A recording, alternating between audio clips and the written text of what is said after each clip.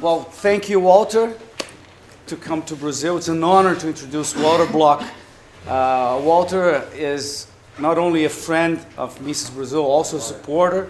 And to me, he, despite the fact that we have a lot of talented professors and thinkers disseminating libertarian ideas in the Austrian school, to me, Walter tops that list. He is, to me, the best professor and the most important guy we have in Austrian economics and libertarianism today.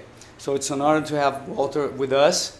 And I met Walter in 2007 when I visited New York City for the 25th anniversary of the Mises Institute.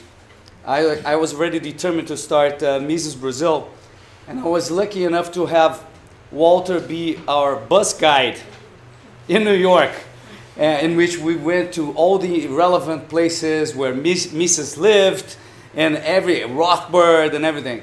So it was an honor to have Walter. Walter has written several important books. Among these, of course, you know, Defending the Undefendable 1 and 2, the Privatization of Roads and Highways, and also the book that we are launching this weekend, Towards the Libertarian Society. Walter also is an expert in debating. So he debates through papers, which is the best way to debate. So anybody who challenges any of our ideas or his ideas, you then write something back and publish a paper, and then you start a conversation through papers. So therefore, guys, it's an honor to have Walter Block with us.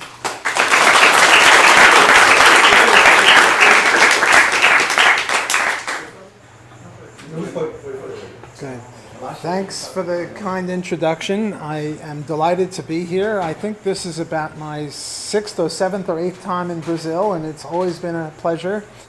The topic that I'll be talking about today is privatization. And if you get an email from me, it'll say, if it moves, privatize it. If it doesn't move, privatize it.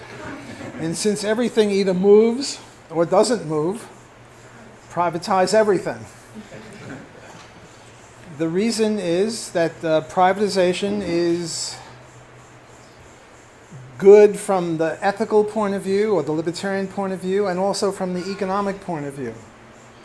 From the ethical or libertarian point of view, if something is privatized, then the way people deal with it is in a voluntary basis.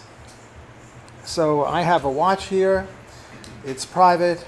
The guy who sold me the watch was private. There were no taxes. When it's private, it's part of economic freedom or liberty. But when it's through the government, there's coercion. At least on one side, the government forces us to pay taxes. Now they say that the taxes are like club dues, that if you join the golf club or the tennis club, you have to pay dues. So you join the Brazil club or the United States club, you have to pay dues. The only difference is that when you join the chess club or the golf club, you do it voluntarily. You agree to do it. And if you don't agree, you're not part of the club. Whereas in the Brazil club or the Mexico club or the France club, you have to join whether you like it or not, which means it's not voluntary. So whenever the government gets involved in something, there's coercion. And from a libertarian or an ethical, moral point of view, you want to reduce coercion to the most possible degree, because coercion is a violation of rights. Okay, so that is one reason why we should privatize everything. I have a 3-book series on this. One, Helio mentioned, Privatizing Roads. This book came out 5 years ago or so, I forget exactly when. The second book in this series is Privatizing Bodies of Water, aquifers, lakes, rivers, oceans, all bodies of water. And the third one is Privatizing Space, the colonization of the moon or Mars, So Mars and the Moon should be private, according to this argument. And the traveling to Mars and the Moon should be private also. And I'll speak a little bit about all three. I think I'll speak for almost an hour, if you can tolerate me for an hour. And then hopefully we'll have discussion, dialogue. The reason I look forward to that, and I'll probably speak for less than an hour, is because you can always listen to me on Google or the web or somewhere, but it's more intimate, more close to have discussions, so I look forward to that. Okay, so much for the ethical. I think the ethical is very important, but there's also the economic.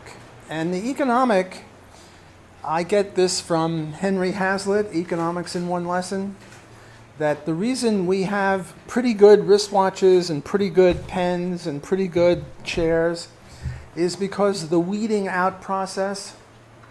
So if somebody doesn't make a good pen or a good watch or a good chair, they don't make as much profits as other people who do a better job. And if they keep doing a bad job, eventually they go broke. And the people who remain are a little bit better. Not perfect, there's no perfection in the free enterprise system, but better. In contrast, if the government is making a chair or a watch or a pen or anything like that, no matter how badly they do, they never go broke. I live in New Orleans. We had the storm Katrina a few years ago.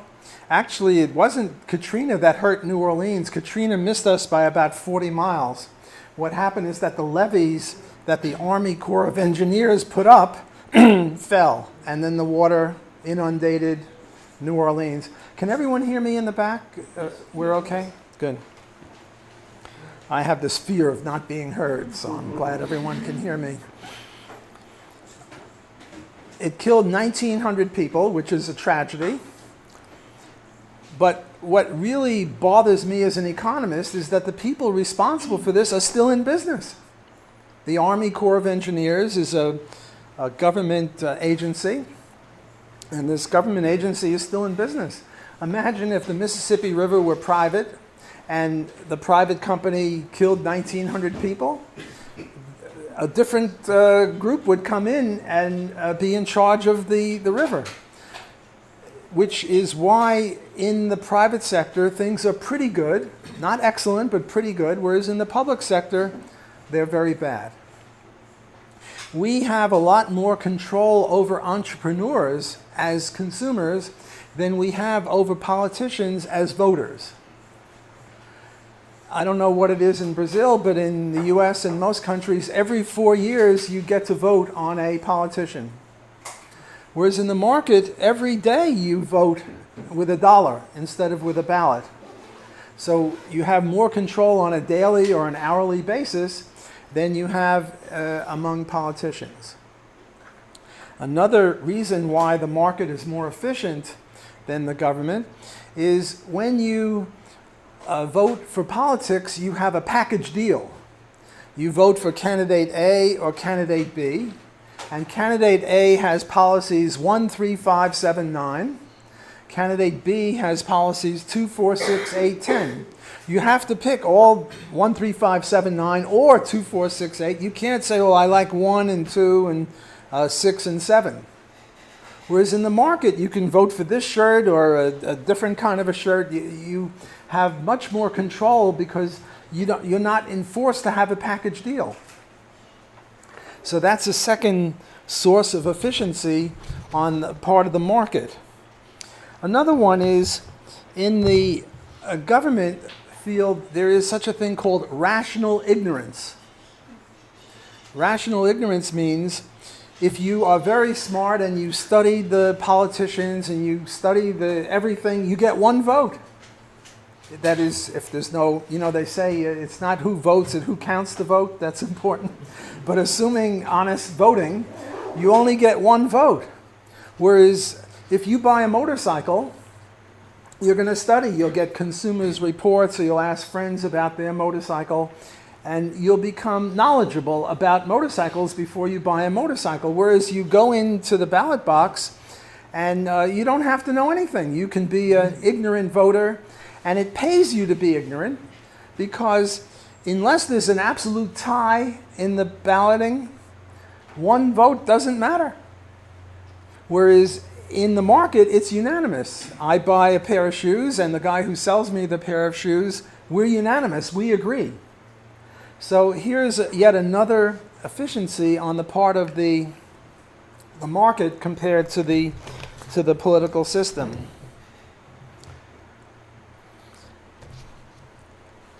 There is also the fact that when you get government, you have three problems. One is the problem of incentives, because the government is usually very egalitarian. Bernie Sanders, anyone here of Bernie Sanders in the US? By the way, Bernie Sanders and I went to high school for 4 years together. And I'm 1 week older than him. And we went to college for 1 year at Brooklyn College. We went to Madison High School for 4 years. We were both on the track team. We both ran the same events, half mile to about 2 miles. He was one of the best runners in the whole city. I was a mediocre runner. We also lived in the same direction from high school, so we'd walk back and forth from high school. So I wasn't best friends with him, but we were friendly. And at that time, I had the same views as he still has, only I got changed a little bit by Ayn Rand and Ludwig von Mises and Murray Rothbard, and he didn't have that luck. The point is that what Bernie Sanders wants is to attack the top 1%, the rich, the millionaires and the billionaires that he is against. And he doesn't ask, did they earn their money honestly or not? He only says, well, they're rich, therefore they're no good. And we have to steal their money. Well, he doesn't say steal, but we have to take their money from them. The same thing with the Pope Francis, also against the top 1%. But they don't ask, is it earned honestly through the market or through crony capitalism or fascism or monopoly capitalism, where the way you get your money is not by satisfying consumers, but by getting a bailout or getting a subsidy or getting a protection against competition. They don't make that distinction, and yet that distinction is very important. So one of the problems with this socialism is incentives. If we have a Bernie Sanders society or economy, the incentive to get rich honestly is deprecated, is reduced. Because if you make a better hamburger or a better mouse or a better computer, they take your money away. So the incentive to work hard to get that money is reduced. So one of the problems with socialism is the fact that incentives are reduced to work hard and produce. And if everybody's incentives to work hard or produce is reduced, you don't have as much of an economy. You don't have as productive an economy. The second problem is offered by Hayek. And Hayek talked about the problem of information. If we don't have prices to give information, it's hard. I mean, suppose, let's take a very pedestrian example. Suppose we decide we're too fat. We have to go on a diet. This means we have to stop eating chocolate and ice cream and cake and candy, and we have to eat lettuce and carrots and tomatoes and things like that. Now, if we have socialism, we have to somehow tell the Central Planning Bureau, please stop producing chocolate and ice cream and start producing lettuce and carrots. But the information, imagine in the US we have 330 million people. Imagine if most of us wanted to go on a diet. We'd have to go to Washington, D.C. and send them messages. But other people are sending messages about bicycles, and other people are sending messages about T-shirts. And the messages get lost, because if 300 million people are sending messages to Washington, D.C., or whatever the equivalent is in Brazil, they have an information overload. So Hayek says, this is no way to run an economy. Whereas in the free enterprise system, all we have to do is stop buying the chocolate and the ice cream and the cake and the candy and start buying rabbit food, lettuce and salads and chicken and stuff like that. And the prices in chocolate go down and the prices in other food go up. And then Adam Smith had this invisible hand where entrepreneurs are led by an invisible hand, namely the lure of profits, which will be attenuated under socialism because of the incentives problem, to start producing more salad food and more good food, more vegetables and lean meat, and less food that tastes good. So that would be the second reason against this socialism. And the third is Ludwig von Mises in his book Socialism, where he talks about prices. Without prices, you can't have any rational planning. And we're not against planning, we're only against central coercive planning. We're not against individuals planning, but they can't plan unless they have prices. So you might ask, well, how did the Soviet Union last so long from 1917 to 1991 if they had socialism? And the answer is they didn't really have socialism. They had quasi-socialism. From 1917 to about 1921, 1922, they did have pure socialism, and even the communists figured that this was horrible. So they had the NEP, the New Economic Plan, and then they took advantage of Western prices. They looked at the Chicago Mercantile Exchange, they looked at the prices in the newspapers, and then they used prices. Because without prices, you don't know whether you should make a railroad out of platinum or steel. Now, platinum might be better, but the point is that platinum has a very, very high price, which indicates you can't use it for railroad tracks. You have to reserve it for more important things. So this is sort of an overview as to why we should have privatization of anything. One, it's ethical. Two, it's economical, pragmatic, utilitarian. Okay, so what I'd like to do now is apply these two general principles to three areas: roads and water and space. And I'll do mostly on roads because there's more I have to say about that. I'll do a little bit about the water and then less about space, because that book I'm still working on, so I have to figure out what I'm talking about there more.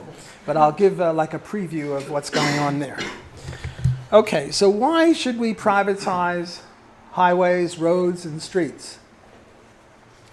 Well, I don't know what the statistics are here in Brazil, but in the United States, some 35,000 people every year die on the highways. Traffic fatalities. And just to put this in context, in the United States, I mentioned 1,900 people died after Katrina. This is 35,000. And in 9/11, when they knocked down the World Trade Center in New York City, only about 3,000 people died. And yet everyone gets all upset. But nobody gets upset about 35,000 people dying on the highways. And I think the reason for this is, they say it's inevitable. Like death and taxes are inevitable, highway fatalities are inevitable, there's nothing anyone can do about them, so why worry about them? Which is rational if there's nothing that we can do about them, but I claim that there is something we can do about them. Now, what are the usual causes of highway fatalities?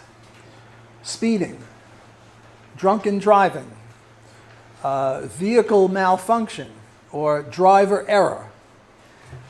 Some commentators have listed about 25 of these causes.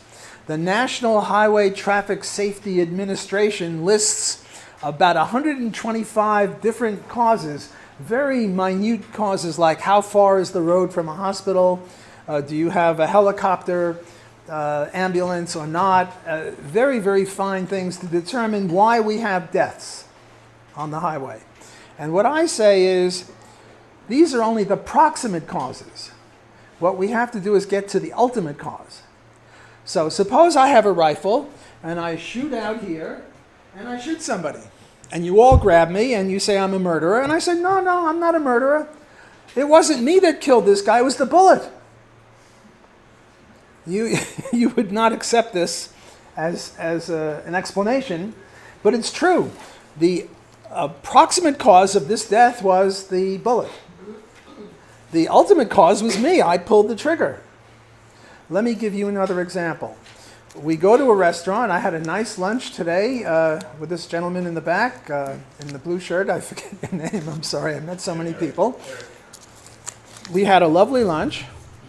And now we're called in as management people because the restaurant went broke, let's suppose. And now we're figuring out, why did the restaurant go broke? And we say, well, it was dirty. And the service was no good. And the food didn't taste good. And the location was very bad. These are just proximate causes. The ultimate cause is the manager. The manager didn't hire someone with a broom. The manager didn't hire a better waiter. The manager didn't hire a better cook. The manager located the restaurant in a place where nobody goes.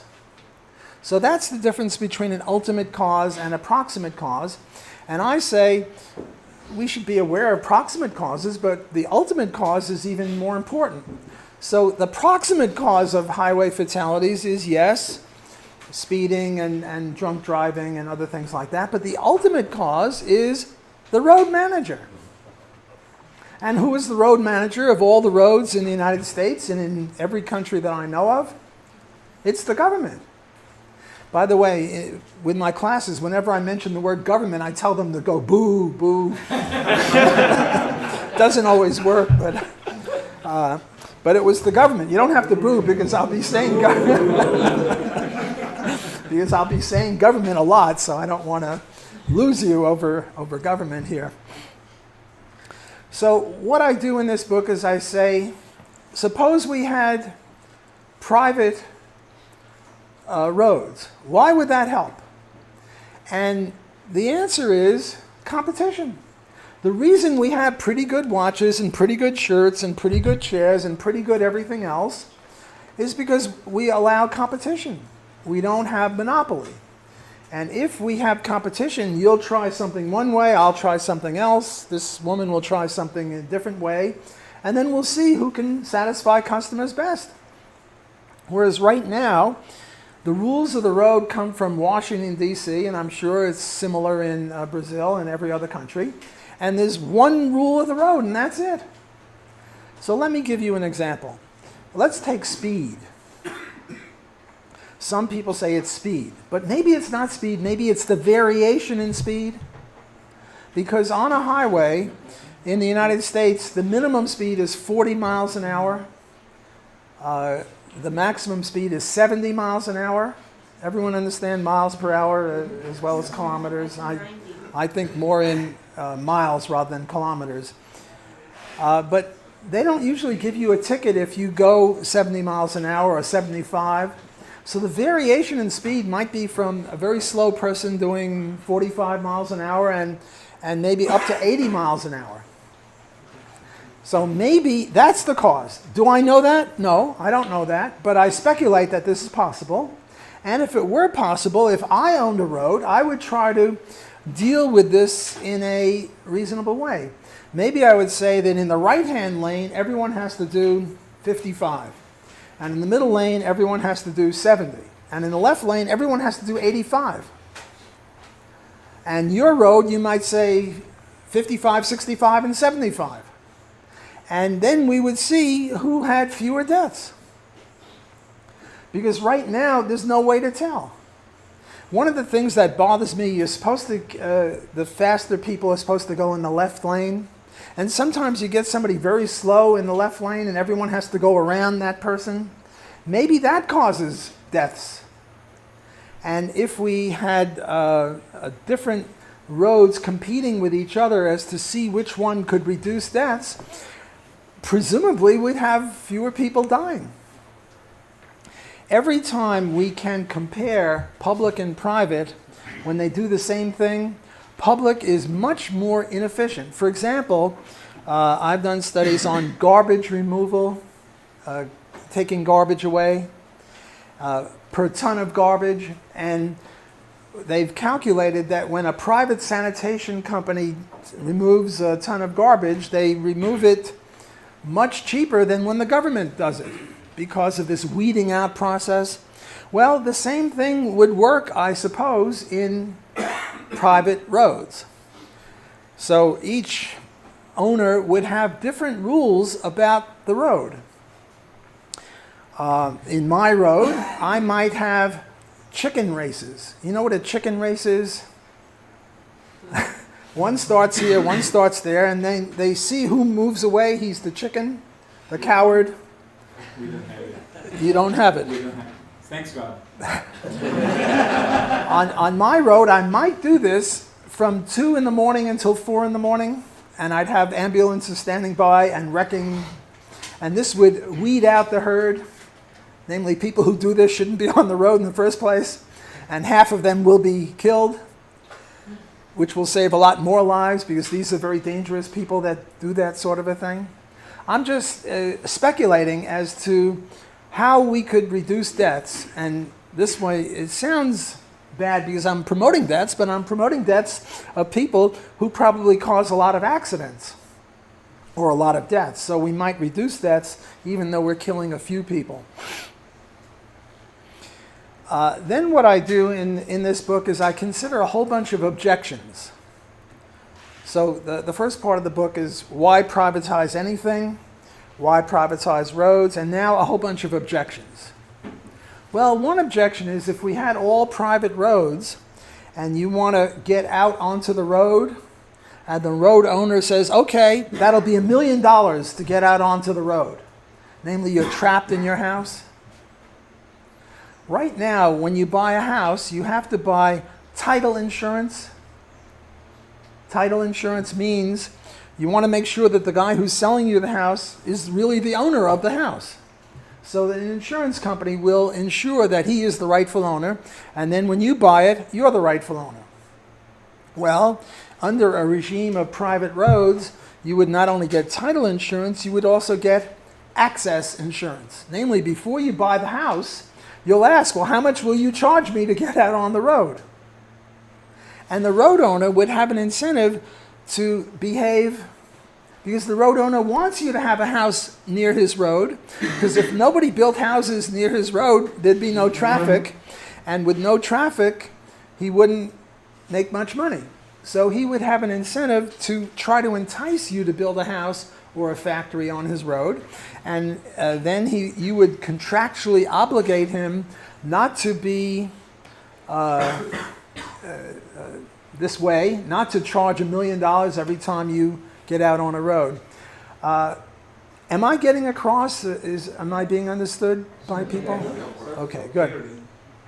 Let me give you one more example of an objection, and this is a thing called eminent domain. I don't know if you have that word. Yeah. Thank you. Eminent domain means, suppose I want to build a road from here to Rio. How many, and I want to build a road straight as the crow flies, how many people own property between here and Rio? 100,000 people? I don't know.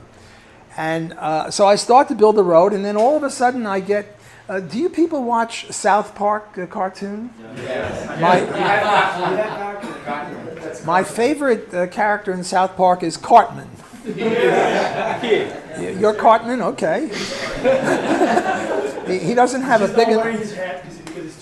He doesn't have a big enough belly. To be Cartman, and Cartman's favorite saying is, "Screw you guys, screw you guys, screw you guys." So Cartman is a holdout. Holdout means Cartman owns land between here and Rio, and we want to build a road right through Cartman's property, and Cartman says, I'm not selling, or I'll sell, but for $1 trillion, or something like that. So we can't build the road as the crow flies straight, but we can build it, maybe a little bit around Cartman. Maybe we could build it south of him or north of him. And another way to go is options to buy land. What an option to buy land is, suppose I go to you, you're a farmer, and I want to put my road through your farm, but I'm not sure I'm going to go this way because maybe Cartman will stop me, so I might have to go this way, so I'm not sure that I want to buy your land. So I go to you and I say, look, farmer, how much would you sell me an acre for? And he says, $10,000. I say, okay, I'm interested possibly in buying your $10,000 acre, but I'm not sure I want to buy it. So I'll buy an option to buy your land at $10,000, and I'll pay you $100, much cheaper price. Which means that if within 2 years I want to exercise my option, then you have to sell me the land at the agreed upon price. So if I can get options for all the paths, then I'll exercise the options and I'll buy the land. Another way is I'll say, look, there are 5 routes. I can go this way, I can go this way, I can go straight, I can go that way, I can go this way. You people, you're all farmers or landowners, you try to get me a clear path from Rio to Sao Paulo, and the first one that gets it, I'll use that road. But suppose Cartman owns land covering all of the paths, and Cartman says, sorry, not going to sell. Now what? And here I got into a big debate with, Helio was mentioning, I like to debate, a very famous libertarian, Richard Epstein. He's a professor of law at Chicago, and now he moved to NYU. And he and I got into a debate as to whether you could have a private road without eminent domain. And he was using the Cartman type of example of the holdout. And what I said was, and here's an interesting story. When I was writing this, my son was about 15 years old. And from his age 15 to his age 17, we discussed practically nothing but this problem of how do we deal with Cartman. And at the end of the period, I wrote an essay which later I put in as a chapter in the book. And now the question comes, well, how do I treat my son? I could thank him, I could make him a co-author, I could ignore him. And my attitude is to give more credit to other people than is clear that they deserve. So I said, okay, you're going to be my co-author. And my son said, but no one will believe that I'm only 16 years old. And I said, but is it true? He said, of course it's true. So I said, I don't care what people believe. We go with the truth. So my son and I co-authored this article. And then another very famous economist, Gordon Tullock, who is a public choice, him and James Buchanan. Gordon Tullock wrote an article saying block and block, my son, were all wrong. And then we wrote a response, and this is all in that book. So anyway, what argument did I use against Epstein and Gordon Tullock? I said, if we have a problem with Cartman, and Cartman owns land maybe 20 miles north and south, and I have to go through him because I can't go further than his land holdings, what we can do is dig a tunnel under him or a bridge over him. Now, the argument against this is a thing called ad coelum, A-D-C-O-E-L-U-M, ad coelum. And the ad coelum doctrine says that if you own a square mile on the surface of the earth, you own down into the center of the earth, think of an ice cream cone, and you own up into the heavens, expanding. So the ad coelum doctrine would be against my views. The problem is the ad coelum doctrine is not compatible with libertarianism, because the libertarian view of ownership of property is based on homesteading. He who mixes his labor with the land first gets to own it. This comes from John Locke and Murray Rothbard and Hans Hoppe, who've done a lot of work on this sort of a thing. I need a drug here. Otherwise, I'll go dry.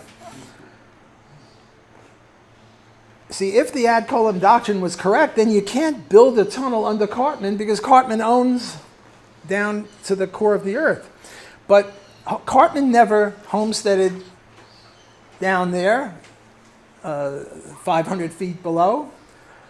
So we can build a tunnel under Cartman or a bridge over him. And now it gets more interesting because if Cartman knows this, what Cartman is going to do is he's going to put sticks down below his property to keep me from building a tunnel under his property. Is this clear? Yeah. The problem is, now I don't know, you people play soccer. I don't know much about soccer, but in American football, think of it's 100 yards, and then there's an end zone of about 20 yards and an end zone of 20 yards. It's much easier to move the ball when you're on your own 20-yard line, because then you have a lot of space. But when you're on the other guy's 1-yard line, it's hard to move because you don't have much space to operate in. Now remember, Cartman has 15 miles to defend. How much do I need? How big is my football? Well, I need, say, 3 lanes going south or east and 3 lanes going west, and I need, and each lane is 10 feet wide, that's 60 feet, and maybe I need another 40 feet in the middle to keep them apart, so I need only 100 feet. So all I have to do is get 100 feet past him, and he's got to defend 15 miles. So if he puts a stick down 300 feet, I'll go 400 feet. This is the sort of a thing I was discussing with my son about the tactics for eminent domain. So the mere threat that I can go under or over will ameliorate Cartman's holdout process. So what I'm saying is that in order to have private roads, you don't really need government. You don't really need eminent domain. Because what eminent domain is the government comes to you, you're the farmer or the landholder, and says, look, we need your land for the road. And we'll give you what we think is a fair price. And you don't want to sell. And if I came to you and said, I like your shirt, I'll pay you $3 for it, and you said no, and I took it anyway, this would be called theft. So eminent domain is theft, and we want to have private roads, but we don't want to commit theft. So this was my thinking about going over or under the holdout Cartman. Okay, now there are many, many other objections that have been leveled at private roads, but I want to now move on to oceans and rivers and lakes. I don't know what the GDP is of the world, but it's hard to get statistics on it, but the best statistics I got was that the land, which is about 25% of the surface of the earth, accounts for 99% of the GDP, and the water, which is 75% of the Earth's surface, accounts for 1% of the GDP. This is very similar to the statistics in the Soviet Union collectivized agriculture. In the Soviet Union, the government owned 97% of the land, of the arable land, and on the 97% of the arable land, they produced 75% of the crops. On the 3% of the land that was owned by the farm workers in the form of a garden, they produced 25% of the crops. So you have this wild disproportion of public and private. Only here, you don't have public and private, but what you have is owned and unowned. And you have this thing called the tragedy of the commons. You've heard of that, the tragedy of the commons. This is why the elephant and the rhinoceros are now endangered or going extinct, because they're not owned. The example I like to use for my classes is the cow and the buffalo. The cow was always owned privately, and the cow never came within 1,000,000 miles of being extinct or endangered. The buffalo was not owned privately, it was unowned. And the buffalo just went wherever they wanted. They had buffalo freedom. And people were shooting buffalo because the cost of shooting a buffalo is very low. The cost of killing a cow is you don't have a cow tomorrow. which is a very high price. If you shoot your cow or slaughter your cow, you don't have a cow tomorrow. So you think twice before shooting a cow. But a buffalo, you're not going to have anyway. So if you don't shoot it, you don't lose. If you shoot it, you don't lose anything because you wouldn't have had the buffalo tomorrow anyway. So the buffalo almost went extinct. Well, you have a similar situation with fish. Fish are just buffalo with fins. And they talk about, the whales. Whales, big mammal fish. There was even a movie, what was it, Captain Kirk? What movie is Captain Kirk in? Star Trek. In one of the Star Trek movies, our boys, Kirk and his group, were in the 23rd century, I think. And somebody from the 27th century was killing all the people in the 23rd century. Why? Because there were no more whales. And in the 27th century, they like whales. Don't ask. So our boys from the 23rd century had to come back to the 20th century to get some whales and bring them back to save the day. Don't ask me why I'm telling you about this, but you might as well leaven it up a little. Why are the whales going extinct? They're not owned. If they were owned, they would be safer. Before the invention of barbed wire, everyone knows what barbed wire is? Before the invention of barbed wire, how did they keep track of who owned which cows? Branding. They would get a red hot thing and put something on the cow to indicate this is my cow, that's your cow. We could do that right now with whales. All you do is you shoot a little GPS into the whale, and now it's your whale because you homesteaded it. Would there be rustling, stealing, people grabbing other people's whales? Yeah, but there was cattle rustling. There's always going to be theft, but most people are honest. And we could save the whales through private property. It sounds a little strange. I was once in a debate when I was teaching at the College of the Holy Cross in Massachusetts, and we were debating on free market environmentalism, which I'm now giving you as a way of privatizing oceans, rivers, and lakes. And my opponent didn't understand what I was talking about. And when he finally understood, he burst out laughing. And it wasn't a ploy. It wasn't to embarrass me. It was just, he never heard of this, and he thought it was hilarious. Well, more and more people will hear about this. When I first met Murray Rothbard in 1965, I said, how many libertarians are there in the world? He said about 25. Now, there are more than 25 people in this little room. So, free market environmentalism, which is part of libertarianism, will soon be heard. But I go further than most free market economists who just want to privatize the fish or the whale. I want to privatize the ocean. Now, it's true you can't have privatization unless it's scarce. Only scarce stuff can be privatized. For example, I do race walking, competitive race walking. I do anywhere from 5K to marathon. And at the end of the race, you know what I'm doing? I'm breathing very heavily at the end of the race. Most athletes breathe very heavily at the end of a 5-mile race. Nobody ever comes up to me and says, Block, stop hogging all the air. Because air is free. We can't own air yet. On Mars and on the moon, we'll own air, oxygen, air, because then it'll be scarce. But right now, the ocean really isn't scarce, although the air waves are. I just went from Miami to Sao Paulo last night, and I don't know how many planes go there, but as more and more go there, the new guy isn't going to be able to go there because there'll be enough people, and now the only way to go there on that is to buy out the right to go there. Well, you have similar things, say, between New York and London with ships. So eventually, the traffic in the ocean will be so big that we can privatize it. So I'm talking in the future. Also, the Mississippi River. There's a lot of traffic there. Who should own the Mississippi River? Well, I claim that somebody should own the Mississippi River. We should privatize the Mississippi River.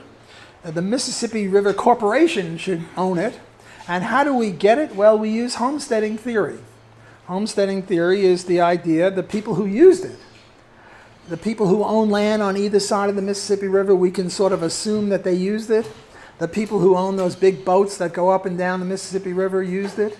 So maybe the Mississippi River should have 10,000 shares, and each of these people should have one share. And now the Mississippi River is owned, and the Mississippi River is scarce. You can't have too many more people going. It'll be crowded, and the boats will hit each other. And I say the advantage of this is if they don't do a good job like they didn't with the levees in New Orleans, new management will take over. And it's the same thing for a lake or an aquifer. The key is if it moves, privatize it. If it doesn't move, privatize it. Since everything either moves or doesn't move, privatize everything. Okay, now let me get to my third example of privatization, and that is the moon, Mars. Maybe Venus is out of our reach. I don't know. There might be some moons on Jupiter that are habitable in the future. And there are two ways to go. One is government does it, and the other is private does it.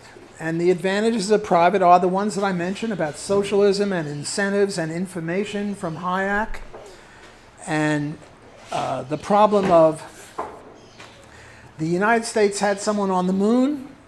Maybe it was too early. And here we can bring in a little bit of Austrian business cycle theory, which I'll talk about tomorrow when I talk about Austrian economics. And the idea here is that you need good timing. You just can't. Maybe instead of going to the moon so early, they should have worked on rocket fuel or other research and development. And what I'm saying is that the market is a much better way of discerning, of finding out whether this is true or not. Then there comes the question, well, suppose I personally land on Mars. How much of Mars do I own? Do I own just a little bit of Mars or all of Mars? And now we get into libertarian homesteading theory. This started with John Locke, and what John Locke said is we own ourselves. Why do we own ourselves? Because the other options are wrong. One possibility is nobody owns anyone. Well, if no one owns anyone, then we don't have the right to breathe, and we all die, and we don't have any philosophical problems. Another possibility is the Jones family owns everybody. Problem with that is what makes the Jones family so special. The third possibility is we all own 1 over n of everybody. By this I mean there are 7 billion people. So we each own 1/7 billionth of ourselves and 1/7 billionth of everyone else. That's the third option. The problem with this is we're going to have committee meetings all day long to try to figure out who can do what. And I can't even call a committee meeting because I only own 1/7 billionth of myself. So what gives me the right to say, hey, let's have a committee meeting to decide what to do? So we would all die then. So the only rational option is we each own ourselves. So John Locke says, well, if I own myself, I need land in order to grow crops and domesticate cows.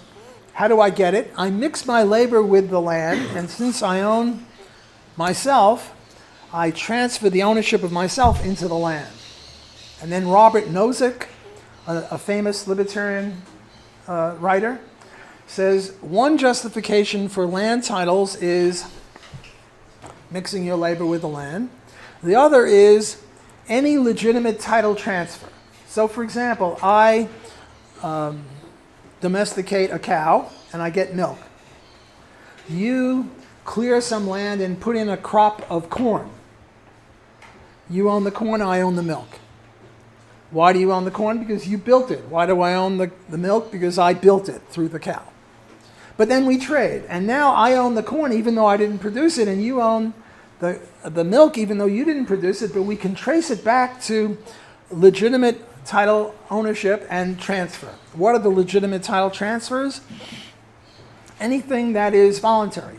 trade, barter, buying, selling, lending, betting, giving gifts. James Buchanan calls for 100% inheritance tax, which is hardly libertarian. He's seen as a libertarian, but he's not really, at least because of this. Okay, so now, how much land do I get when I put in one corn plant? Do I get 1 square inch, 1 square foot, 1 square meter, an acre, a square mile? How much? And what Murray Rothbard and Hans Hoppe, who've done a lot of work on this, say is, it depends on the culture. It depends on the history. It depends upon the practices. So east of the Mississippi in the United States, thank you, the land is very fertile, and the usual situation was people owned 160 acres, and that was the practice. And then the government said 160 acres west of the Mississippi, which was not viable because west of the Mississippi it was not as fertile, and you needed 1,600 acres to keep a family of 4 going.